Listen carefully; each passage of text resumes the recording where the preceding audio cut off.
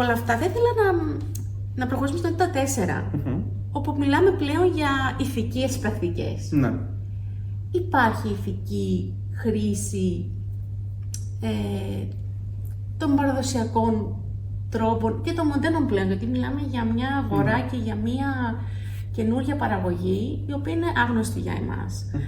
Υπάρχει ηθική προστασία και ίσως και βιώσιμη προμήθεια γύρω από το... Όπως βλέπουμε για παράδειγμα μία τάση προς τα αυγά ελευθέρας βοσχής, για παράδειγμα, ελευθεράς εκτροφής βασικά, ή κρέατα ελευθεράς βοσχής, τα οποία ουσιαστικά αφήνουν τα ζώα να είναι πιο ελεύθερα, να ζουν σε ένα stress-free περιβάλλον, να μην έχουν τόσο άγχος, γιατί ό,τι τρώμε είμαστε. Αν φάμε ένα ζώο το οποίο κακομεταχειρίστηκε, αυτό θα έχει αντίκτυπο στη δική μας υγεία. Το ίδιο ισχύει και για τα έντομα. Και αυτό που προσπαθούν να κάνουν διάφορες φάρμες εντόμων και διάφορες εκτροφές εντόμων είναι να ουσιαστικά να κάνουν ένα duplicate το πώς ζουν τα έντομα στο φυσικό τους περιβάλλον με το πώς εκτρέφονται στη φάρμα. Εννοείται ότι και αυτό είναι θετικό, ότι είναι πιο εύκολο να ελεγχτεί το stress-free περιβάλλον όταν μιλάμε για έντομα. Γιατί απλά χρειάζεσαι μια ρέπλικα, θα έλεγα εγώ, ενός βιοτόπου, και αναλόγως και τι παράγεις. Γιατί αν μιλάμε για έντομα όπως η γρίλη, φαντάζομαι ότι χρειάζεσαι απλά χόρτα και... Ενώ μιλάμε για έντομα όπως τα mealworms, χρειάζεσαι έδαφος. Έδαφος, ακριβώς, ακριβώς αυτό. Αυτό είναι πολύ πιο εύκολο να γίνει replicate και είναι πιο εύκολο να ελεγχθεί. Έτσι ώστε να είμαστε σίγουροι ότι αυτό που καταλήγει στο πιάτο μας ή στο ψυγείο μας ή σε ένα εστιατόριο είναι όσο πιο υγιές γίνεται και για μας, αλλά και για το ίδιο το ζώο, το οποίο ουσιαστικά καταλήγει εκεί. Οπότε μιλάμε έτσι μία κυκλική εικόνα, θα τη λέγαμε.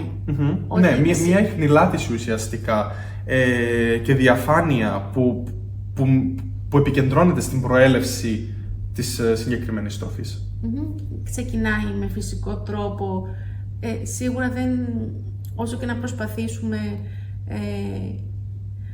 να προσπαθήσουμε δεν θα είναι το ίδιο, αλλά ξεκινάει με αυτό, προχωράει με πολύ γρήγορους ρυθμούς στο να έρθει στο πιάτο μας, και όλο αυτό προστατεύει παράλληλα και την πανίδα, αλλά φαντάζομαι ότι χλωρίζει την ίδια. Ναι, εννοείται. Και ενισχύει και σίγουρα άλλα συστήματα, τα οποία λόγω, όπως είπες και πριν, των δασών και της έλλειψης νερού και της έλλειψης χώρων πρασίνων, αποδυναμώνουν άλλες αλυσίδες. Μας είπες λίγο έτσι για τις φάρμες γρήλων στην Ταϊλάνδη. Εκεί υπάρχει, δηλαδή λαμβάνουν υπόψη την ηθική πλευρά όσον αφορά την εκτροφή των ζωντών, γιατί υπάρχει μεγάλη ζήτηση σε αυτές τις αγορές, και έτσι με ενδιαφέρει πάρα πολύ να δω, γιατί σίγουρα θα ήθελα να δούμε και την ίδια έτσι, αγάπη και ένταξη των προϊόντων αυτών και στη δικιά μας την κουζίνα.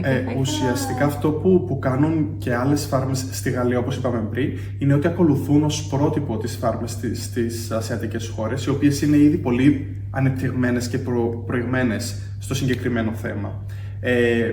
Υπάρχουν πάρα πολλές φάρμες, ειδικά στην Ταϊλάνδη, όπου προσπαθούν να εξισορροπήσουν την ηθική εκτροφή και την επεκτασιμότητα της φάρμας.